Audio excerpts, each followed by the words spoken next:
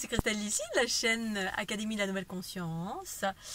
Alors, partie numéro 2, comment aller vers plus de joie, de bonne humeur, de légèreté, comment changer sa vie négative, entre guillemets, sa vie souffrante, comprenant des déséquilibres, pour aller vers une vie plus positive, plus légère, plus libre, plus mieux bien. C'est-à-dire plus comme on souhaiterait qu'elle soit. Donc, partie numéro 2, c'est d'autres explications. Je vous ai expliqué dans la vidéo numéro 1, émancipation des peurs, c'est la base pour moi. Et à travers cela, également comprendre bien, que nous sommes les créateurs de notre réalité. C'est-à-dire, alors toujours en lien avec le courant patriarcal, le courant matriarcal. Le courant patriarcal, c'est quand on est guidé justement par l'ego. L'ego, c'est quoi? C'est la somme de toutes les peurs en soi, les conditionnements, les croyances limitantes, enfin tout ce par quoi on est conditionné. Alors qu'on se soit conditionné nous-mêmes ou un conditionnement extérieur, la société, l'éducation, les mémoires diverses et variées, les croyances, etc. Bref, toutes les peurs qui sont en nous, toutes les blessures qu'on a vécues dans cette incarnation et dans les autres incarnations qui ont conditionné des mécanismes enfermants. C'est-à-dire on a eu un accident un jour et puis du coup ça nous limite, on ne veut plus aller dans ce chemin-là parce que oh non, je suis tombée à cheval et oh très très peur. Donc c'est ça une blessure. On a subi une agression, ça a conditionné une blessure émotionnelle et du coup ça génère un conditionnement enfermant.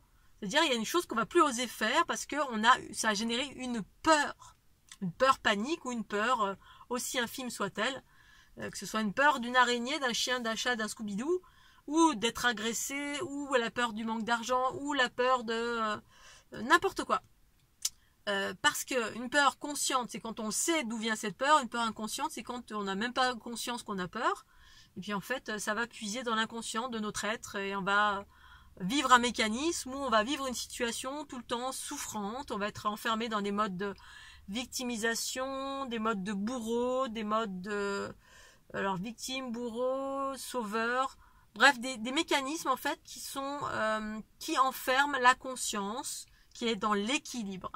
C'est l'équilibre en soi. Et donc, de travailler sur soi, c'est prendre conscience que finalement, rien n'est figé et qu'on peut prendre en main notre destin. C'est-à-dire qu'on peut modifier ce qui nous arrive, entre guillemets, de négatif. Tout ce qu'on ne veut plus, eh bien, on peut le transformer en quelque chose. Tout ce qui est négatif dans notre vie, on peut le transformer en quelque chose de positif. C'est ça la voie matriarcale. C'est prendre conscience que tout ce qui surgit dans notre vie, entre guillemets, qu'on va qualifier de négatif, eh bien, peut se modifier parce que ça prend source quelque part.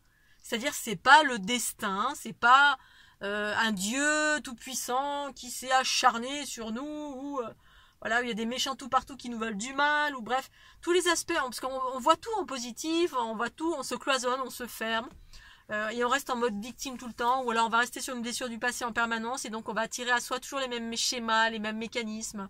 On va toujours aller vers les mêmes personnes qui nous font souffrir, les pervers narcissiques, quelqu'un qui nous trompe tout le temps, puis on se dit mais pourquoi ça m'arrive ça, j'en ai marre de cette vie, j'en ai marre de ces boulots pourris, j'en ai marre de... Bref, à un moment donné on en a marre de certaines choses, et puis on pense que c'est le destin et qu'on peut rien faire, alors qu'en fait on peut. Et prendre conscience qu'on peut, c'est prendre conscience, c'est ça la voie du matriarcat. Le patriarcat c'est quand... tout est figé, on est tout le temps dans les croyances extérieures, qu'on ne peut rien faire, qu'on ne détient aucun pouvoir sur rien, sur les événements de notre vie, quels qu'ils soient, les événements négatifs, que ce soit des événements extérieurs, que ce soit des maladies, que ce soit notre conscience ou notre psyché ou notre mental bref, tous les trucs pourris qu'on n'a plus envie, dont on est enfermé dans un schéma familial, on pense qu'on est enfermé parce qu'on a des enfants... qu'on a des crédits, qu'on veut quitter notre mari, mais on ne peut pas parce qu'on a peur, de ne pas trouver de travail, on a peur, bref, on est blindé de peur et on va à l'extérieur demander et on va encore nous enfermer dans des peurs parce qu'on va vous dire mais oui, effectivement, non, vous pouvez pas, bref. Alors qu'en fait, il suffit, la voie du matriarcat, c'est rentrer en introspection et prendre conscience progressivement que la source de tout ce qui nous arrive vient de l'intérieur. C'est-à-dire qu'il y a des choses en nous qui existent et qui créent des résonances, des schémas répétitifs, des choses dans notre vie qui vont créer des schémas plus ou moins négatif, bon négatif, j'utilise ce mot parce qu'effectivement, si je parle de déséquilibre, les gens ne comprennent pas. Donc négatif, c'est-à-dire une situation qui ne nous plaît pas. Voilà, négatif, ça ne veut pas dire méchant. Pour autant, on peut dire il est méchant, mais ça c'est quand on est toujours en train de porter le jugement à l'extérieur, en train de dire oui, c'est la faute de Pierre, de Paul, de Jacques, du gouvernement, de mon voisin, de ci, de ça, bref, et que finalement on pense qu'on est tout le temps en train de subir des choses et qu'on est en gros un gros Calimero. Et donc en cela, eh bien, on est tout le temps victime. Il y a toujours des bourreaux extérieurs qui ont du pouvoir sur vous. Et ça, c'est ça le patriarcat, c'est l'ego qui est toujours en train de se plaindre, ou qui est en mode victime, ou qui est en mode bourreau, ou qui est en mode voilà, soit on a de l'ascendant sur les autres, soit on est tout le temps en mode enfermé par les autres, ou en mode survie, ou en mode il y a des méchants partout. Bref, on voit le mal partout, c'est figé, la vie on voit la vie en noir partout, il n'y a rien de bien, le monde est pourri, à l'extérieur on voit que des trucs pourris. Bref, on voit plus les aspects positifs de la vie. Et puis on comprend absolument, on ne sait absolument pas, on n'a pas conscience que finalement on peut changer ce destin-là en rentrant à l'intérieur de soi. C'est-à-dire en prenant conscience qu'on est maître de ce qui nous arrive et qu'on peut modifier notre destin. Parce qu'effectivement, il peut nous arriver plein de choses pourries, mais la plupart du temps, il y a des raisons. Tout le temps, il y a une source, une cause qui prend naissance en soi. Et ces causes-là, eh bien, c'est justement quand on rentre dans l'introspection et qu'on commence à décortiquer le pourquoi de nos peurs. Quelles sont nos peurs ? De quoi j'ai peur dans la vie ? Et donc mettre en lumière toutes ces peurs, arrêter le jugement à l'extérieur pour arriver dans une forme de pacification du mental et vivre autant que faire se peut dans une espèce d'instant présent. Voilà, revenir à l'intérieur, parce que le jugement c'est toujours quelque chose qui part à l'extérieur, bla bla bla bla. Et puis on nourrit en fait les aspects négatifs, on envoie du négatif, donc on reçoit entre guillemets du négatif aussi. Parce qu'on est des émetteurs-récepteurs, voilà. Et donc on rentre en soi, on se remet en question et puis on observe parce que en nous il y a quelque chose qui résonne et qui fait que l'on attire certaines situations.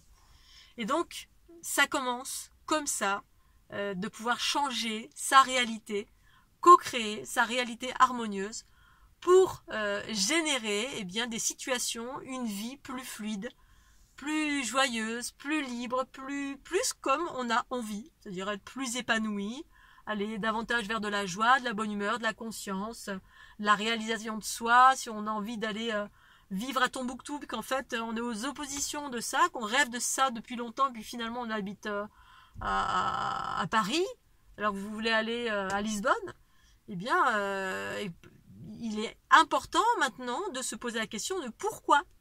Et puis, en s'interrogeant, en trouvant la cause, l'origine, vous pouvez pacifier cette cause et cette origine en pratiquant en ayant différentes pratiques, notamment, moi je parle beaucoup du Ho'oponopono, qui consiste à considérer tous les aspects extérieurs négatifs comme étant des parties de nous-mêmes, mais également tous les aspects en soi négatifs comme étant une partie de nous-mêmes, et en cela les pacifier.